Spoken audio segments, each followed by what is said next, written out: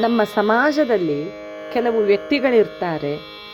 ಅವರಿಗೆ ನೀವು ಎಷ್ಟೇ ಸಹಾಯವನ್ನು ಮಾಡಿ, ಎಷ್ಟೇ ನಿಮ್ಮ ಕೈಯಲ್ಲಿ ಆಗುವಂತಹ ಅಥವಾ ಆಗದೇ ಇರುವಂತಹ ಕಾರ್ಯಗಳನ್ನೂ ಕೂಡ ಕಷ್ಟಪಟ್ಟು ಅವರಿಗೋಸ್ಕರ ಮಾಡಿ, ಎಷ್ಟೇ ಉಪಕಾರವನ್ನು ಮಾಡಿ, ನಿಮ್ಮ ಬಗ್ಗೆ ಆಲೋಚನೆಯನ್ನೇ ಮಾಡದೇ ಕೂಡ ಅವರಿಗೆ ನೀವು ಸಹಾಯವನ್ನು ಮಾಡ್ತಾನೇ ಇದ್ದರೂ ಕೂಡ ಅಂಥವರಿಗೆ ಕೆಲವರಿಗೆ ಉಪಕಾರ ಸ್ಮರಣೆಯೇ ಇರೋದಿಲ್ಲ.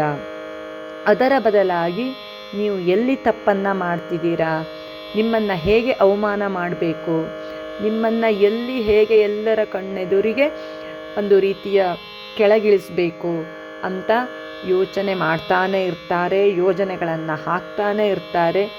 ಕೆಲವೊಮ್ಮೆ ಏನಾಗ್ಬಿಡುತ್ತೆ ಅಂತ ಇಂಥ ವ್ಯಕ್ತಿಗಳನ್ನು ಸಹಿಸಿ ಸಹಿಸಿ ಸಹಿಸಿ ಒಂದು ದಿನ ಆ ಮನಸ್ಸು ಕೂಡ ರೋಸಿ ಹೋಗ್ಬಿಡತ್ತೆ. ಹಾಗಾಗಿ ಯಾವುದೇ ಒಂದು ವ್ಯಕ್ತಿಯೇ ಇರಲಿ ಅಥವಾ ರಿಲೇಷನ್ಶಿಪ್ಪೇ ಇರಲಿ ಅಥವಾ ಸಂಬಂಧಿಕರೇ ಇರಲಿ, ನೀವು ಅವರಿಗೆ 3 ಚಾನ್ಸ್ಗಳನ್ನು ಕೊಡಿ, ಅವಕಾಶಗಳನ್ನು ನೀಡು. ಒಮ್ಮೆ ಆ ರೀತಿಯ ತಪ್ಪನ್ನು ಮಾಡಿದರೆ ಸಹಿಸಿಕೊಂಡು ಇನ್ನೊಮ್ಮೆ ಒಂದು ಅವಕಾಶವನ್ನು ನೀಡಿ, ಮತ್ತೆಯೂ ಹಾಗೆ ಮಾಡಿದರೆ ನೀವು ಮುಲಾಜಿಲ್ಲದೆ ಅಂಥವರನ್ನು ನಿಮ್ಮಿಂದ ದೂರ ಇಡಿ. ಯಾಕಂದರೆ ಅಂಥ ನೆಗೆಟಿವ್ ಮೈಂಡ್ಗಳು ತಾವು ಹಾಳಾಗೋದಲ್ಲದೆ ನಮ್ಮ ಮನಸ್ಥಿತಿಯನ್ನು ಹಾಳು ಮಾಡ್ತಾರೆ. ಯಾಕಂದರೆ ನೀವು ಅಷ್ಟು ಪ್ರೀತಿಯಿಂದ ನಂಬಿಕೆಯಿಂದ ಅವರಿಗೋಸ್ಕರ ನಿಮ್ಮ ಸಮಯವನ್ನು ವ್ಯರ್ಥ ಮಾಡಿ ಅಂತಹ ವ್ಯಕ್ತಿಗಳಿಗೋಸ್ಕರ ನೀವು ಸಹಾಯವನ್ನು ಮಾಡಿರ್ತೀರ. ಅವರಿಗೆ ಆ ಸಹಾಯದ ಅವಶ್ಯಕತೆ ಇದೆಯೋ ಇಲ್ಲವೋ ಕೂಡ ನಾವು ಯೋಚಿಸದೆ ಆ ರೀತಿಯ ಸಹಾಯವನ್ನು ಮಾಡಿರ್ತೀವಿ. ಆದರೆ ಅವರಿಗೆ ಆ ಸಹಾಯದ ನೆನಪಿರೋದಿಲ್ಲ.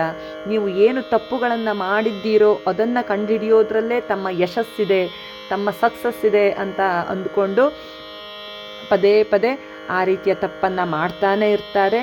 ಅಂಥವರಿಂದ ಪ್ರತಿನಿತ್ಯ ನೀವು ಸಫರ್ ಆಗೋ ಬದಲು ಅಥವಾ ಕಷ್ಟಗಳನ್ನು ಅನುಭವಿಸಿ ನಿಮ್ಮ ಮನಸ್ಸನ್ನು ಹಿಂಸಿಸಿಕೊಳ್ಳೋ ಬದಲಿಗೆ ಅಂಥವರನ್ನು ದೂರ ಇಟ್ಟುಬಿಡಿ. ಅವ್ರ ಪಾಡಿಗೆ ಅವರು ಇರುವಂತೆ ಮಾಡಿ. 1 ದಿನ ಕೋಪ ಮಾಡ್ಕೊಳ್ತಾರಾ, 2 ದಿನ ಕೋಪ ಮಾಡ್ಕೊಳ್ತಾರಾ, ಮಾಡಿಕೊಳ್ಳಿ.